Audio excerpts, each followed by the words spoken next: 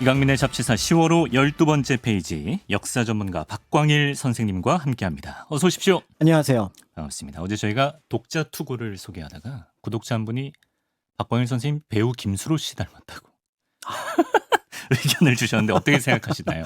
뭐 감사한 일이죠. 배우분들은 정말 그러니까 뭔가 포스가 있잖아요. 네. 근데 제 개인적으로는 닮았나라는 처음 생각을 들은 네, 이야기인가요? 맞습니다. 처음 들어보는 이야기입니다. 역사 전문가라 닮은 꼴도 약간 왕의 이름을 가졌어요. 수로 왕 그쵸. 그렇습니다. 예. 자, 저희가 어쩌다 보니까 지금 꼬꼬작 느낌으로 꼬리에 꼬리를 물고 흐름이 쭉 이어지고 있습니다. 지난 시간에는 고종과 순종 또 대한제국 황실 후손들의 이야기를 해주셨고 이제 이분들이 묻혀있는 홍유릉으로 가보겠다 이렇게 예고까지 해주셨는데 맞습니다.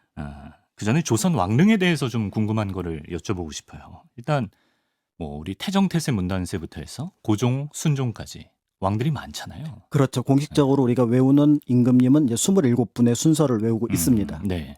그러면 그분들의 각자의 무덤이 어딘가에 그렇게 많이 있는 겁니까? 그렇습니다. 다 있어서 지금 현재 세계유산으로 지정된 조선 왕릉은 모두 42기, 그러니까 42곳이 되는데요. 네. 여기에는 이제 세 가지 종류의 왕릉을 모두 묶어서 하나의 왕릉으로 보고 있습니다. 세 종류. 네, 첫 번째는 왕이 혼자 묻혀 있는 경우. 이 건원릉 같은 경우가 대표적이고요. 네. 그다음에 두 번째는 왕비 혼자 묻혀 있는 경우. 태릉 같은 경우와 문정왕 혼자 묻혀 있거든요. 그다음에 이제 세 번째는 왕과 왕비가 같이 묻혀 있는 경우. 예를 들어 여주의 영릉 같은 경우가 세종대왕과 소원왕후 심씨가 같이 묻혀 있거든요. 이런 케이스가 가장 많습니다만은 그래서 이렇게 이제 숫자가 조금 나뉘다 보니까 42기의 왕릉이 있는데요. 네. 지금 우리가 볼 때는 왕이 아니지만 조선의 기준으로는 이제 추존돼서 예를 들어서 성종의 아버지 덕종, 네. 의경세자 같은 경우도 당대에는 왕릉으로 이제 이름을 왕으로 붙였기 그러니까 때문에 왕의 자격으로 이렇게 그렇습니다. 높여준 거죠. 그래서 무덤 역시 능이 되는 예. 그런 사례가 있어서 모두 42기의 왕릉이 있습니다. 제가 알고 있는 건 극히 일부였네요. 네. 근데 왕릉도 보면 네.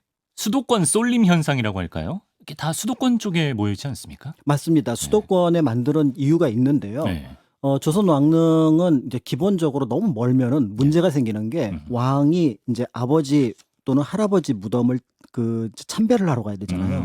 근데 당대의 속도로 본다 그러면 이게 예를 들어 뭐 충청도나 경상도에 있다 그러면은 도성을 한 달 정도 비워야 돼요. 중간에 온천도 들렀다가. 그렇습니다. 이렇게 되면은 국정 공백이 발생을 하기 때문에 하루 이틀 정도에 다녀올 수 있는 곳을 이제 설정을 하게 되고 또 하나 이제 규칙은 네. 한양 도성 안에는 만들지 않습니다. 도성 바깥에다. 그렇습니다. 좁아요.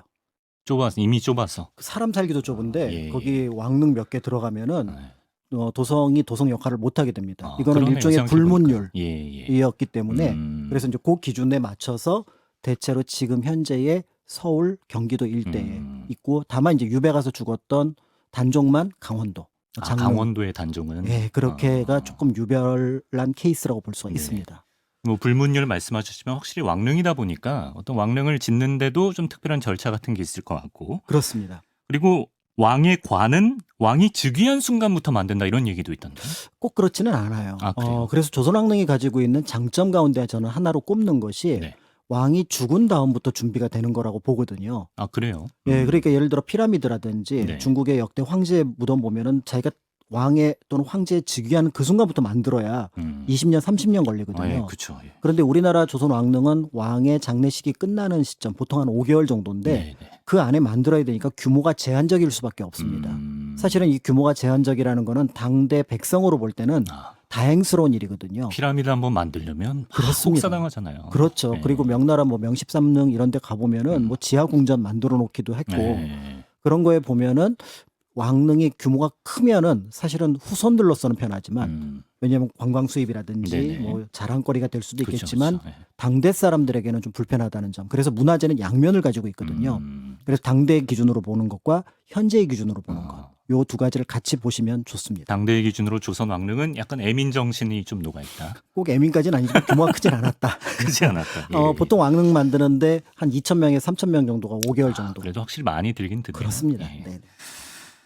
궁금한 게 그 태릉, 정릉 이런 왕릉 이름은 또 짓는 법이 따로 있는 거예요? 그렇습니다. 그래서 네. 왕은 살아있을 때는 이름을 부르지 못하다가 예. 돌아가고 나서 뭐 시호라든지 그다음에 태정태사 같은 묘호도 있는데 아, 역시 무덤의 능호도 그때 정하게 됩니다. 그렇군요. 그러면서 이제 예를 들어 뭐 세종대왕 같은 경우는 세종이라는 묘호도 있지만 네. 영릉이라는 능호도 있기 때문에 이 둘을 같이 쓸 수 있어요. 네. 그래서 세종께서라고 표현을 할 수도 있지만 영릉께서 묘를 이렇게 세종을 칭하는 명칭으로. 그렇습니다. 그러면 이게 세종대왕을 가리키는 거기 때문에 예. 이런 방식으로도 쓸 수가 있는데 예. 가끔 이제 그 예전에 저희 어렸을 때 예. 태종에 묻혀 있으니까 태릉 아니냐. 저도 약간 영조가 묻혀 있으니까 영릉 아니냐. 네, 그럴 것 이러고 같거든요. 싸워서 예. 목소리 크면은 이겼던 적이 있었는데 네네. 이 잡지사를 들으시는 분들은 예. 그런 목소리에 치우치지 마시고 그런 오를 범하지 묘호와는 마시라. 또 다른 이름이 있다. 음. 이렇게 보시면 될 것 같습니다. 예. 그리고 요거 약간 좀 시들해진 이슈긴 한데 얼마 전에 있었던 그 왕릉뷰 아파트 논란 질문 많이 받아보셨을 것 같은데 선생님께서 어떤 입장이셨나요? 그 조선왕릉이 세계유산으로 지정되게 된 계기 중에 하나가 바로 뭐냐면 네. 조선왕릉이 자연과의 어우러짐을 그 특별하게 보여준다라는 점이 높은 평가를 받았거든요. 네. 그런 면에서 이제 그때 이제 세계유산에 지정했던 그 전문위원들이 볼 때 네. 선정릉은 어쩔 수 없다. 그러니까 고층 왜냐면 빌딩 많잖아요. 도심에 있으니까. 네. 그렇지만 다른 왕릉은 더 이상 그런 일이 일어나지 않았으면 좋겠다라는 게 권고사항으로 들어가 있었습니다. 그래서 이제 문화재청에서 거기에 대해서 굉장히 민감하고 또 중요하게 반응을 했었는데 네네. 어쨌든 이 부분은 지금 진행되는 상황도 좀 지켜봐야겠지만 향후에도 문화재와 관련된 어떤 그런 부분들은 조금 지자체들이 좀 조심스럽게 살펴봐야 될 필요가 있습니다. 지자체에서 좀 적극적으로 신중하게 그런 거 그렇습니다. 따져봐야 된다. 네. 자, 그럼 본격적으로 우리가 홍유릉에 대해서 알아보겠습니다. 구독자 웃으면 보기와요님께서 학창시절에 툭하면 금공릉으로 소풍 갔었다. 맞습니다. 약간 좀 부정적인 뉘앙스로 남겨주셨는데 홍유릉을 금공릉이라고도 했나요? 맞습니다. 네. 금공릉이라고도 했고요. 네. 지금하고 다르게 예를 들어 선정릉을 그 삼릉이라고 그랬어요. 삼릉. 왜냐하면은 거기 성종하고 중종하고 무덤이 있는데 네네. 성종의 계비 정현왕 무덤이 또 따로 있거든요. 그러니까 예전에 이거를 정확하게 인식을 못했을 때는 무덤이 세 개니까 삼릉 능이 세 개다. 이렇게 불렀지만 정확하게는 설릉, 정릉, 그래 선정릉으로 보는 것처럼 예. 마찬가지로 홍릉, 유릉 이렇게 구분해서 봐야 되는데 금곡에 있잖아. 금곡 지명이군요. 그러니까 금곡릉 이렇게 이제 이름을 불렀던 부분이 있는데 네. 이런 말씀을 하시는 분은 연배가 좀 있으시다. 꽤 됩니다. 건강검진 받으셔야 된다. 꽤 됩니다. 건강검진도 꽤 몇 번 이제 받으셨어야 돼요. 그렇습니다. 굉장히 저도 오래간만에 듣는 왕릉 학군이에요. 어쨌든. 예. 자, 그럼 오늘도 저희가 유튜브 영상판으로는 약도를 같이 보여드리면서 좀 홍유릉을 살펴보겠습니다. 홍유릉 저기 지도 약도가 나오는데 맞습니다. 왼쪽이 홍릉, 오른쪽이 유릉이 있네요. 네, 먼저 이제 홍릉이 자리를 잡은 다음에 그 다음에 이제 유릉이 자리를 잡았고요. 네. 각각 묻혀 있는 주인공들을 먼저 말씀을 드리면 홍릉은 이제 고종과 명성황후, 그 다음에 이제 그 유릉 같은 경우는 순종과 순명효황후, 순정효황후 이렇게 황후가 두 명이라 하셨죠? 처음에 그 있었다가 돌아가셨기 때문에 다시 그 두 번째 황후를 맞이하게 되거든요. 그래서 세 분이 묻혀 있는 공간이고요.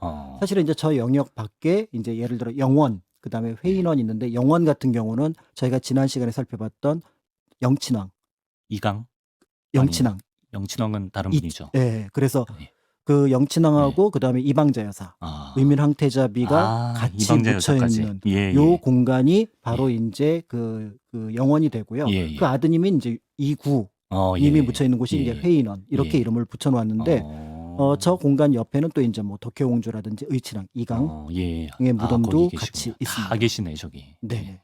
근데 그 영원처럼 원으로 끝나는 거는 또 릉이랑 차이가 있나 보죠? 그렇습니다. 그래서 조선 왕릉을 살펴볼 때 이제 그 뭔가 참고를 하면 되는 부분들이 왕과 왕비의 무덤은 능이라고 얘기를 하고요. 그 다음에 왕의 사친이지만 왕이 못된, 그러니까 그 아버지나 어머니 또는 그 다음에 세자, 그러니까 세자로서 왕의 못된 인물들이죠. 그런 분들의 무덤을 원이라고 얘기를 합니다. 그래서 원래 이제 그 사도세자 같은 경우는 혈륭원이었다가 나중에 이제 추존이 돼서 왕이 되잖아요. 릉으로. 그러니까 네. 그때는 육릉으로. 그래서 혈융원에서 네. 육릉으로 이름을 바꿨지만 네. 이제 세자의 무덤을 때는 원으로 불렀다는 점 이렇게 살펴보시면 될 것 같고요. 네, 네. 그런 면에서 이제 저기 영원 역시도 원이라는 이름을 붙여놓은 거는 네. 영친왕은 사실은 나중에 황제가 되지는 못했으니 네. 그래서 이제 영원이라는 이름을 그 조선 왕실의 전례에 따라서 네. 현대에 붙인 이름이라고 볼 수가 있습니다. 묘로 끝나는 건 또 다르고요. 묘는 네. 이 범주를 제외한 대군 이하 우리 같은 사람의 무덤을 보통 사람들도 다 묘라고 합니다. 그러니까 예를 들어서 자신의 무덤이 능으로 불리고 싶다. 네. 그러면은 자신이 네. 나라를 세우거나 자신의 자손이 나라를 세워서 예. 추존으로 네. 왕으로 올려주면 네. 능이 가능합니다. 네, 가능하다. 어렵네요, 능되기. 네. 그러면 그 경주 천마총처럼 총은 뭐예요? 총. 사실은 이제 그 묻혀 있는 게 왕이나 왕비라는 게 정확하게 밝혀지게 되면은 예. 능으로 부르게 됩니다. 대표적으로 이제 공주에 있는 무령왕 능 같은 경우가 네. 대표적인 케이스죠. 네. 그런데 천마총 같은 이제 무덤을 발굴을 했는데 네. 분명히 왕인 것 같아요. 네. 보물도 나오고. 그렇습니다. 네. 금관도 막 나오고 그러니까 네. 그런데 네. 누가 묻혀 있는지를 알 수가 없습니다. 이럴 때는 이제 그러면 이제 고고학적으로는 경주 155호 분이라고 하는 예. 고유 번호를 주지만 네. 일반 사람들이 볼 때 야 오늘 어디가 그랬더니 155호 분 보러 가. 어려워요. 나는 154호분 괜찮은 것 같은데 이게 너무 어렵잖아요. 누가 알아? 예. 그러니까 이제 거기서 나온 유물 중에서 가장 음. 대표적인 게 천마 그림이 있는 말 달에 아. 판때기에 이제 그림이 그려져 네, 있었으니까 네, 네. 그러니까 요거는 천마총으로 부르자. 예를 들어 금관이 처음 나온 무덤은 네. 금관 총. 총. 네. 그다음에 이제 장식이 달려 있는 신발이 나왔던 무덤 같은 경우는 네. 식리총. 요런 식으로 일종의 닉네임을 붙여 놓은 훨씬 거고요. 쉽네요. 네, 예. 그러면 이제 훨씬 더 이제 친근감이 있고 그러다가 이게 어느 무덤의 이제 주인이 무슨 왕이다. 나타났어. 예. 그러면 이제 릉. 바뀝니다. 누구누구 릉으로 아. 바뀌는 거죠. 이 공식이 있네요. 예. 그러면 조선 왕릉에는 이 천마총처럼 보물이나 부장품이 따로 나온 적이 없나요? 사실은 발굴한 케이스가 없습니다. 그러니까 네. 이제 그 선릉 정만 임진왜란 때 파헤쳐졌다라는 기록이 남아 있어서 파괴가 되었을 걸로 보고 있는데요. 네.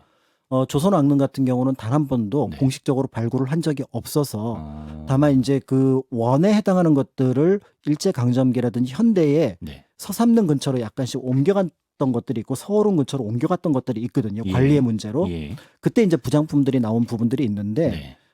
굉장히 약소합니다. 네. 일단은 묘지라 그래가지고 뭐 도자기로 만든 네. 그분의 내력을 적은 부분이 들어가 있고요. 네. 그다음에 그릇인데 조그매요. 그래서 신명의기라 그래서 일종의 의례용 그릇인데 소꿉장난하는 것처럼 작아요. 네, 조그만 그릇들이 있고 그다음에 약간의 뭐 화장품, 향수 요런 어떤 것들의 흔적이 남아 있는 것 네. 요런 것들이 있어서 실제로 신라 시대처럼 이렇게 넉넉하게 뭔가 보물을 넣어서 네. 장례를 치는 것과는 좀 격이 달랐다라고 영화에서 볼 수 있는 거죠. 조선 왕릉 파헤쳐서 막 그 보물 노리고 도구라고 이런 거는 픽션이네요. 그렇죠. 단 한 번도 그런 적이 없고 그 예. 이유 중에 하나가 조선 왕릉이 겉으로 볼 때는 그렇게 규모가 크지 않거든요. 음. 그런데 조선 왕릉을 딱 만들고 났는데 그 위에 네. 석회를 덮어버립니다. 석회를. 그러면 지금으로 치면은 네. 콘크리트를 콘크리트, 그렇죠. 친 거랑 비슷하기 때문에 예, 어려워. 도굴이 불가능합니다. 불가능할 정도다. 네, 그래서 오페르트 도굴 사건이라고 들어보셨잖아요. 들어봤어요. 사실은 그게 이제 왕실의 유래에 따라서 석회도 덮고 더 나가서 뭐 철도 부어 넣었다라고 하는데 예. 오페르트가 저 정도 규모의 무덤이면 껌이네. 하룻밤이면 파지. 예. 안 들어가는데. 석회. 그래서 실패한 거죠. 석회의 장벽에. 네, 그래서 오페르트의 도굴이 실패로 돌아가면서 네. 또 전국에 큰 어떤 파란을 일으킨 적이 있었는데 이제 그래서 조선 왕릉이 우리가 보는 민간 무덤하고 비슷해 보이지만 민간 무덤은 관을 이렇게 위에서 아래로 넣잖아요. 그렇죠. 예. 근데 이거는 앞에 구멍을 파서 밀어 넣고요. 네네. 지금 봉분에는 아무것도 없습니다. 그 밑에 한 3m 정도 되는 곳에 왕의 관이라고 알려진 제궁이 들어가 있다라고 보시면 될 것 같고요. 예. 그래서 도굴이 거의 불가능합니다. 소박하지만 도굴 예방에는 철저했다. 네. 조선왕릉. 아니 지난 시간에 뭐 덕혜옹주나 이방자 여사 같은 경우는 그 낙선제 말씀하시면서 뭐 1989년까지인가? 그렇죠. 그때까지 살아계신 분도 계셨잖아요. 그렇죠. 이제 그래서 네. 그 덕혜옹주가 그렇고 그다음에 의민왕태자비 이방자 여사가 1989년에 돌아가셨고 네. 영친왕이 1970년에 돌아가셨고요. 네. 그러면 아까 그 홍유릉 근처에 있던 두 분의 묘는 대한민국 정부에서 만든 거예요? 그렇습니다. 네. 그래서 이제 그 전주시 대종회를 중심으로 해가지고 네네. 기존에 있었던 무덤의 양식에 따라서 네. 사실은 그분들까지는 황실에 적을 두고 있었던 분들이었기 때문에 예. 그래서 예우를 했다라고 볼 수가 있고요. 그래서 앞에서 말씀드린 영원 같은 경우는 네. 기초 모양은 1970년에 그렇지만 이방자 여사가 나중에 1989년에 네. 같이 이제 묻히게 되면서 그 현재 모습은 89년에 완성이 됐다고 볼 수가 있는 거고요. 네. 아까 유릉 같은 경우도 순정 효왕후가 1966년에 돌아가십니다. 네. 그러니까 그 완성된 모습은 1966년이라고 볼 수 있다는 점에서 비교적 최근에 마지막 모습을 갖춘 무덤 왕릉이라고 볼 수가 있습니다. 예. 자, 그러면 고종과 명성황후가 함께 묻혀 있는 홍릉으로 들어가 보겠습니다. 근데 이제 을미사변 특집 때 말씀하셨지만 명성황후가 그때 먼저 돌아가셨잖아요. 그러면 그 왕릉을 한번 파서 고종을 거기다 모신 건가요? 그러니까 사실은 이런 케이스는 몇 가지 사례가 가능한데요. 네네. 첫 번째는 왕비가 먼저 돌아갔으면 네. 그 옆에 자신이 묻힐 공간을 만드는 사례가 있습니다. 근데 이때는 그런 사례는 아니었고요. 예. 굉장히 경황이 없었어요. 네. 아마 그 태조 이성계가 나라를 세운 이후로 이런 상황은 처음이었던 거죠. 왜냐하면 일본군이 들어와서 그렇죠. 심지어는 그 왕후의 어떤 그 시신도 불태워버리고 이런 상황이 되니까 2달 동안 장례조차 준비를 못하게 됩니다. 그러면서 어떻게든지 일단은 무덤을 좀 만들어야겠다라는 생각이 먼저 급했던 것 같고요. 그래서 돌아가고 나서 몇 달 뒤 1896년부터 이제 본격적으로 이제 그 왕릉을 조성하게 돼서 사실은 당시는 지금 위치 금고기 위치가 아니라 처음에는 동구릉 옆에 동구릉 안에다 조그맣게 숭릉이라고 만들었어요. 그리고 당시에는 시호를 명성이라고 올리지 않고 순경이라고 올렸습니다. 만약에 이대로 무덤이 만들어지고 그 시호가 그대로 남아있으면 우리가 알고 있는 명성 황후가 아니라 순경 왕후 또는 순경 황후. 그다음에 홍릉이 아니라 숙 기역자 받침을 쓰는 숭릉이 됐을 겁니다. 이제 이렇게 됐는데 1896년 한 2월쯤에 이제 아관파천이 일어나잖아요. 그러니까 고종이 그 왕릉 공사, 그러니까 숭릉 공사를 멈추게 합니다. 그리고 조금 보자. 다시 내가 좀 그 왕비의 무덤을 좀 제대로 만들었으면 좋겠다라고 판단을 해서 그 사람들한테 시켜서 길지를 찾게 합니다. 좋은 자리. 그래서 그 길지를 찾게 해서 지금의 청량리 일대를 찾아내요. 저 에디터 중에 좀 나이 지긋한 에디터 한 명 있거든요. 그렇습니다. 그 청량리에 홍릉갈비를 기억하더라고요. 그렇죠. 홍릉갈비도 있고 홍릉 수목원도 있고 그리고 심지어는 지금도 홍릉은 무슨 말이냐 금곡? 아니다. 청량리에 있다라고 주장하시는 지금도. 분들도 있는데요.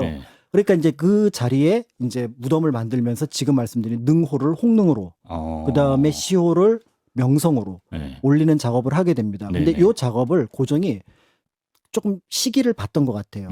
그래서 1896년에 멈췄으면 97년 초에 해야 되는데 이걸 계속 미뤄서 결국은 그 무덤을 완성하는 게 1897년 11월 달에 완성을 하는데 이 11월이라는 게 중요한 게 그 전전 달에 대한제국이 선포가 됩니다. 그러니까 이제까지 명성 왕후라고 해야 될 거를 명성 황후로 높여서 황실의 무덤이라는 이름을 갖게 하고요. 그러다 보니까 무덤의 양식도 보통 이제 조선 왕릉의 앞에 있는 그 T자 고물의 정자 모양의 건물이 아니라 일자 모양의 일자로 건물을 만듭니다. 그렇게 해서 홍릉을 먼저 이제 1897년 11월에 만들게 되는 거죠. 그래서 여기서 끝났으면 금곡으로 무덤이 갈 일이 없는데 한 1899년쯤에 다시 고종이 무덤 옮겨야 될 것 같아. 그러니까 지금 지금으로 청량리에 있던 걸 남양주로. 그렇죠. 이제 그 옮기는 계획을 신하들한테 얘기를 합니다. 그래서 이제 신하들이 다시 길지를 찾아서 지금의 금곡 일대를 찾아요. 그래서 금곡 일대가 길지입니다라고 얘기를 해서 1900년경에 여기를 이제 옮길 계획을 준비를 해요. 그래서 옮길 준비를 하는 과정 속에서 이때 이제 고종이 지금 무덤을 기존의 방식 말고 완전히 새롭게 하자. 그래요. 라고 하면서 어떻게 하면 좋을까요? 그랬더니 황실이잖아. 그럼 황실의 격에 맞는 무덤을 만들자. 라고 제안을 하게 되고 이 제안 과정 속에서 이제 더 좋은 장소, 그다음에 또 재정의 문제 이런 것들 때문에 1903년까지 이 청량리에서 금곡으로 못 옮깁니다. 그런데 이제 금곡 쪽에서는 한 18만 평 정도의 대지를 확보한 상황에서 뭐 성물도 좀 조성을 하고 건물도 짓고 하면서 거의 공사는 끝났거든요. 그러면 이제 무덤만 옮기면 되는데 이게 이제 못 됐던 게 1904년부터 네. 국제 정세가 러일 전쟁의 정세로 빠지게 네. 들어가면서 대한제국이 움직일 틈이 없어지게 된 거죠. 그래서 결국은 이 무덤은 홍릉에서는 움직일 준비를 했지만 네. 청량리에서는 금곡에서는 받을 준비를 했지만 네. 시행은 못한 상황에서 네. 우리가 알고 있는 이 공사는 멈춰버립니다. 언제까지요? 그러다가 1919년에 네. 고종이 승하를 하죠. 네. 1월 21일 날. 네. 그리고 장례가 3월 3일 날 치러지게 되는데요. 예. 이때 순종이 네. 부왕께서 네. 황제께서 아버지가. 처음 가시고자 예. 했던 곳이 바로 금곡이다. 라고 하면서 1월 이후로 그러니까 네. 급격하게 이제 공사가 진행이 됩니다. 그래서 먼저 홍릉을 그러니까 그 명성황후의 유해를 먼저 이쪽으로 옮기고요. 예. 그리고 이제 그 옆에 고종이 들어갈 공간을 만들어서 현재 모습은 1919년 3월의 모습으로 완성이 되니까 홍릉에 들어가서 그럭저럭 한 20년 동안 네. 거기에 왕릉이 있었기 때문에 네. 그런 의미에서 볼 때 이제 청량리로 기억을 하시는 분들, 그다음에 청량리 일대를 홍릉이라는 이름이 남아있게 된 거죠. 그러니까 순종이 이제 아버지 고종이 좀 오래 못 버티실 것 같으니까 1919년 1월부터 아니요, 돌아가시고 나서. 돌아가시고 나서. 네, 그래서 뜻은 그러했다라고 해서 일제 강점기긴 하지만 순종이 그 의도를 얘기를 하게 되면서 그 원래 고종의 계획이 이루어지게 된 거죠. 그러면 이렇게 봉분을 두 개를 만들면 안 됩니까? 보통 이제 합장인 경우는 예. 한번 옮겨가는 경우이기 때문에 네네. 같이 봉분을 하나로 만드는 게 훨씬 더 보기는 좋죠. 그래서 세종대왕이 그렇게 한 이유로 네. 이제 그렇게 이제 이장한 왕릉의 경우는 네. 합장할 때 봉분을 하나로 만드는 사례가 만들어서. 많습니다. 예, 그렇군요. 자, 저희가 이번에 유튜브에 또 사진 한 장을 띄워드릴게요. 이제 많이들 사랑하셨던 드라마 미스터 선샤인의 한 장면을 띄워드리겠습니다. 이게 1900년대가 배경인 드라마인데 주인공들이 그 종종 전차를 이용합니다. 근데 이 최초의 전차가 명성황후의 능으로 가기 위해서 고종이 설치했다는 게 사실입니까? 고종의 의도가 반영이 되었다라고 보시면 될 것 같은데요. 예. 1899년에 우리나라에 이제 전차가 아시아에서는 교토에 이어서 두 번째로 놓이게 되거든요. 네. 그런데 그 놓이는 노선이 서대문에서 청량리입니다. 청량리? 종점이 청량리네. 왜? 그러니까 그때 이제 그 전차를 놓을 때 그 한성전기회사를 만들었던 콜브란이라고 하는 사람이 와서 이제 고종한테 제안을 하는 거죠. 그 고종 황제께서 그 명성황후릉을 왔다 갔다 하시는데 비용이 꽤 드실 텐데 그거 몇 번 아끼시면 전차 놓습니다. 전차 사고 하시면 편하지 않겠습니까?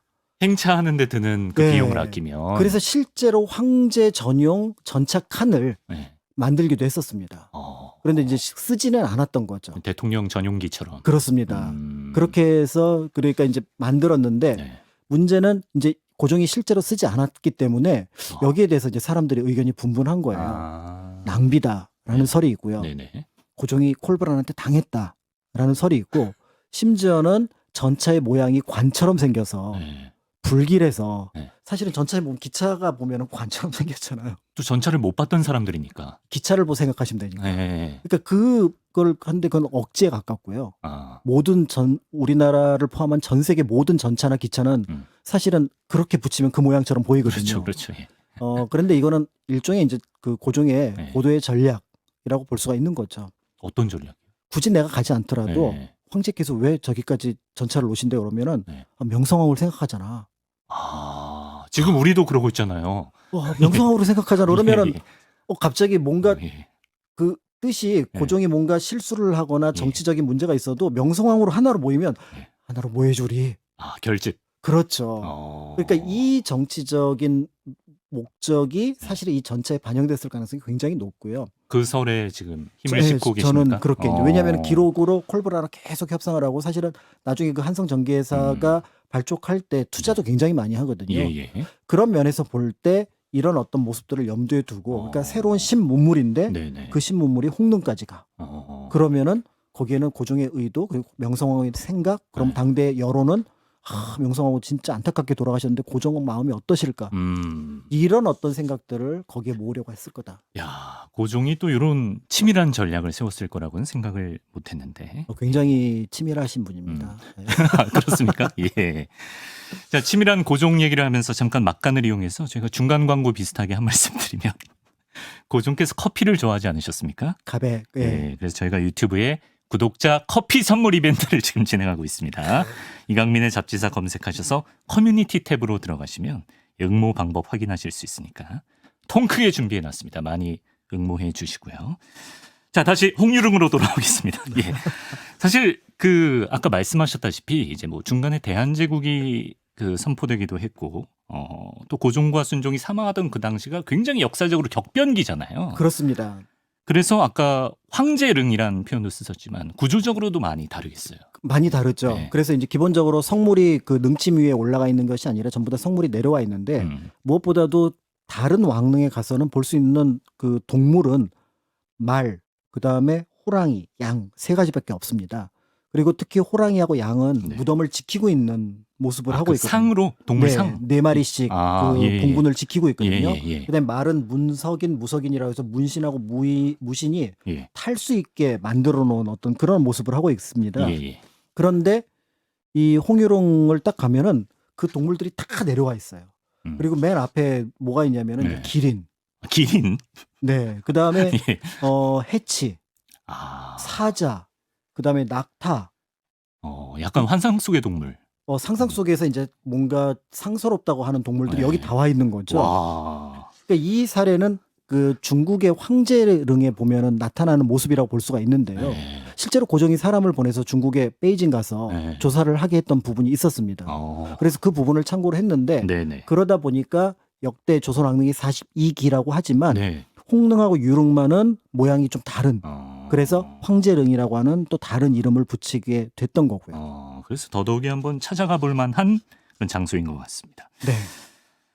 그리고 홍릉에 세워진 비석에 얽힌 일화가 있다고 하는데 저희가 또 비석 사진을 준비했거든요. 그 지지난주 을미사변 특집 때 얘기해 주신 그 우범선 네. 이런 사람. 그 을미사변에 아주 적극 가담했던 그 사람과 좀 관련이 있습니까? 저 비석이? 그러니까 이제 저기 1919년에 이제 설치를 할 때 결국 앞에 그 당시 그 왕릉을 많이 추존을 하면서 그 비석을 많이 세우거든요. 네네. 그 앞에 보면은 조선 시대의 그 능의 그 비를 보면은 전부 다 조선이라고 들어가 있어요. 예. 마찬가지로 대한제국의 무덤을 만들었으면 전부 다 대한이라고 들어가 있습니다. 예. 근데 고종 황제가 승한 게 1919년이잖아요. 네. 이 대한이라는 글자가 마음에 안 드는 거예요. 일제강점기 시작이네. 그러니까요. 네. 그러니까 이거를 뭐 안 세우려고 하고 무너뜨려 놓고 이러는 거를 앞에 말씀하셨던 고영근이 무슨 말이냐. 그래서 사람들 불러다가 우범선을 처단한 고영근. 그렇죠. 예. 능참봉으로 가니까 능을 지키는 사람. 참봉. 네, 그래서 원래 참봉이 구품 벼슬에 굉장히 낮은 존재지만 네. 능참봉만은 그 마을 그 지역에 유지가 합니다. 그래서 능참봉을 했다. 우리 집안에서 했다 그러면 그 지역에서 조금 예. 세력이 있는 네. 집안이라고 볼 수가 있는데 네. 고영근이 이제 그 역할을 하게 되면서 여기에 대한이라는 거를 명확하게 보일 수 있도록 이제 작업을 해놓은 거죠. 그래서 지금 보시면은 맨 앞에 대한.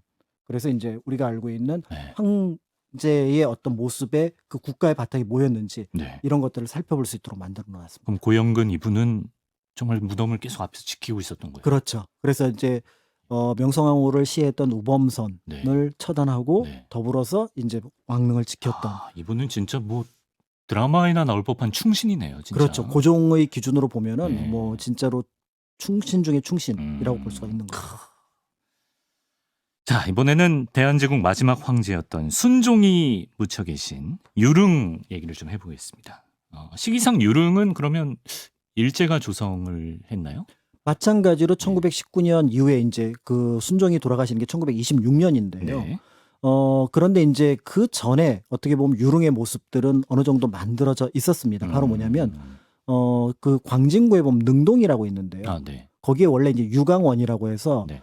순명효황후가 세자 빈 시절에 네. 돌아가셔서 거기에 이제 유강원이라는 이름을 붙여 놓았는데 예. 일단은 거기를 유릉이라는 이름을 올립니다. 나중에 순종이 황제가 되고 나서. 네. 그리고 나서 1926년에 홍릉 옆에다가 네. 이제 그 순종을 묻게 되면서 더불어서 그 유강원 유릉으로 이제 바뀌었죠. 그걸 옮겨오면서 이제 이름이 유릉이 됐는데요. 네. 그런데 역시 옆에 있었던 홍릉을 염두에 두다 보니까 똑같은 형식으로 만들어서 황제릉을 볼 수가 있는데 네. 차이점이 있습니다. 어떤? 홍릉의 성물을 보면은 예. 약간 우리가 볼 때 어색해요. 어색하다. 그러니까 네. 아니 저게 낙타라고? 저기 해치라고? 아닌 것 같은데 심지어는 예. 거기 있는 뭐 그 인물상들도 보면 약간 좀 경직되어 있는 모습을 보여주거든요. 그래요? 예. 근데 유릉을 가서 보면은 예. 다 잘생겼어요. 동물들이. 아, 동물들이. 그러면 7년 사이에 실력이 굉장히 높아졌나? 예. 라고 볼 수 있는데 사실은 그게 아니라 예. 홍릉의 성물은 1900년경에 네. 조선 그러니까 대한제국의 기운이 남아있을 때 기본 틀을 만든 겁니다. 네. 그러니까 거기는 대한제국의 조각 기법이 들어가 있고요. 아. 이 유릉의 조각은 네. 일본인 조각가가 모델링을 해서 예. 서울로 보냅니다. 아, 메이드 인 재팬이네요. 그러면 이제 그거를 예. 서울에 있는 석수들이 그 예. 모델을 보고 이제 조각을 모형을 보고 만든 건데 그 배경에는 일종의 이제 뭐 해부학적인 조각 기법이 거기에 이제 포함이 된 거죠. 그러면서 이제 일본의 의도는 그겁니다. 뭐 동물상 하나도 대한제국 조선은 제대로 하는 게 없어. 스타일의 차이인데 사실. 그렇죠. 네. 왜냐하면 그게 전통의 어떤 반영이라는 네. 부분과 관련이 있는데 네. 그런 면에서 유롱의 어떤 동물이나 인물상이 훨씬 더 우리가 보기엔 편안하지만 그게 서양식 조각 기법이거든요. 아, 그래요. 이제 그런 면에서 볼 때 이 차이점은 그런 의도에서 나타났다. 이런 것들도 같이 살펴보시면 네. 그래서 보통 이제 입구에 들어가면 유롱을 먼저 보는 경우가 많은데 여기 동물은 잘생겼는데 여기는 좀 조금 어색하네라고 하지만 그게 그런 어떤 역사 내력하고 보시면 네. 와. 좀 다르게 느껴지실 홍유릉 겁니다. 가보면 그 성물 비교해 보는 그런 것도 하나의 포인트가 되겠네요. 그렇습니다. 네. 성물도 비교해 볼 수가 있고요. 그러니까 여러 가지 내용들을 같이 살펴보시면 그래서 자연스럽게 1910년 우리 기억 속에서 사라진 대한제국의 역사가 1919년, 1926년 그리고 네. 순명효왕후를 기준으로 하면은 1966년까지 그 홍유릉에서 찾아볼 수가 있는 거죠. 네. 지난 시간에 그 몸을 던져서 국세를 지키려 했던 순정효왕후, 순정효 황후도 네. 여기 계신 거고. 윤황후께서도 여기 세 분이 함께 계신. 그렇습니다. 이것도 유릉에는 특이한 거죠. 세 분이 계신 거. 그렇진 않습니다. 그렇지 않습니다. 넘겨 짚었습니다, 제가. 왜냐하면은 네. 조선 왕실에서 처음에 왕비가 돌아가시면 두 번째 왕비를 얻고 또 두 번째 왕비가 돌아가시면 세 번째 왕비를 얻고 이런 사례가 있기 때문에 같이 묻혀 있는 경우가 꽤 여러 있습니다. 그렇군요. 자, 마무리를 좀 해보겠습니다. 여러모로 굉장히 특별한 사연이 있는 홍유릉 얘기를 해주셨는데 선생님께서 생각하는 홍유릉의 역사적 의미는? 보통 이제 덕수궁 또는 어떤 그 정동 일대에서 대한제국의 역사를 살펴보게 되는데 네. 이제 거기서는 사건 위주로 보잖아요. 음. 그런데 홍유릉을 가게 되면 자연스럽게 인물 중심으로 보게 되고요. 네. 더 나아가서 우리 역사가 변곡점을 보여준다. 그러니까 우리가 조선과 대한제국을 그냥 1897년이라는 연도로 기억을 하지만 네. 무덤의 모양도 달라졌구나. 그럼 그때 그 생각들이 달라지고 있구나라는 것들을 짐작해 볼 수가 있는 거죠. 네. 그렇고 무엇보다도 그 조선 왕실의 어떤 영향이 이 무덤에 사실은 말 조각이나 이런 것들 보면 중국하고 완연하게 다른 어떤 의미들을 갖고 있거든요. 네. 그거는 결국 조선 왕실의 왕릉의 어떤 의미들이 여기에 전달이 됐다는 점. 이런 면들을 생각해 보면 전통은 이어지되 변형되는 모습들 이런 것들도 같이 생각해 볼 수 있다는 점. 그럼 그래서- 변곡점이 한 프레임 안에 딱 들어오겠네요. 그렇습니다. 네. 그래서 다만 이제 그 전에 이제 홍유롱을 굉장히 낮게 평가를 했던 이유는 네. 1919년, 1926년에 만들어졌으니 이거 일제 강점기에 만들어진 거다. 그랬지만 사실은 그 전통은 이미 1900년쯤에 네. 고종이 만들어 놓은 그렇죠, 전통이다. 그렇죠. 이렇게 예. 보시면 될 것 같습니다. 예. 뭐 사연 없는 무덤 없다 이런 얘기를 하지만 정말 홍유릉에는 정말 뭐 사연이 많은 것 같고 슬프지만 흥미롭고 그래서 더 우리가 기억해야 될 이야기가 담겨 있는 게 아닌가 싶습니다. 사실은 사연이 많다고는 하지만 네. 사연 또 그 어떤 뭐 삶에 대한 어떤 뭐 이런 어떤 생각 예. 이런 것들을 던져주는 거는 예. 첫 번째 조선 왕릉이라고 그렇습니까? 할 수 있는 권원릉을 빼놓고는 얘기할 수가 없습니다. 또 꼬리에 꼬리를 물려고 지금 이러시는 건가요? 꼬리에 예. 꼬리를 물기도 하고 또 네. 태조 이성계 얘기는 한번 해봐야 되지 않을까. 또 언젠가 저희가 네, 그래서 동호해 보겠습니다. 네, 근데 동구릉의 권원릉이 네. 굉장히 뭔가 조선 초기의 역사를 살펴보는 데는 네. 키워드처럼 굉장히 중요한 어떤 진짜 사연 많은 데는 거기다. 진짜 사연 많다기보다는 예. 역사란 무엇인가를 예. 생각하게 하는 네. 장소거든요. 예. 그래서 이제 고종과 순종하면은 딱히 어떤 배우가 떠오르질 않지만 태조 이성계 하면은 세대에 따라서 여러 그렇죠, 배우분들이 그렇죠. 떠오르잖아요. 예. 그런 그 떠오르는 어떤 배우분들의 얼굴을 생각하면서 권원릉을 보게 되면은 네. 또 역사란 인생이란 무엇인가 인생까지. 이런 것들을 생각해 볼 수 있어서 예. 동구릉 한번 갔다 와야 되지 않을까라는 동구릉. 예, 지금 에디터들의 눈빛이 굉장히 분주하게 움직이고 있는데 회신 드리겠습니다. 자, 오늘 박광일 선생님과 홍유릉 함께 떠나봤습니다. 오늘 고맙습니다. 감사합니다. 네, 잡지사에 들어온 독자 투고입니다. 김형선님께서 편집장님 포스가 방송사 대표 느낌입니다.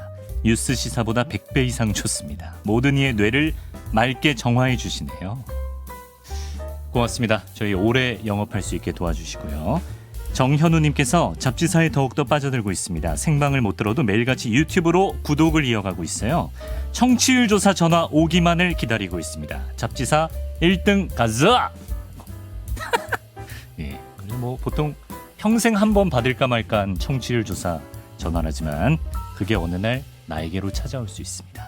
방심하지 마시고 02로 시작하는 번호 꼭 받아주세요. 짧은 문자 50원, 긴 문자 100원 드는 샵 1212 문자 메시지, 레인보우 유튜브 팟캐스트 팟빵으로 의견 보내실 수 있습니다. 독자 투고였습니다.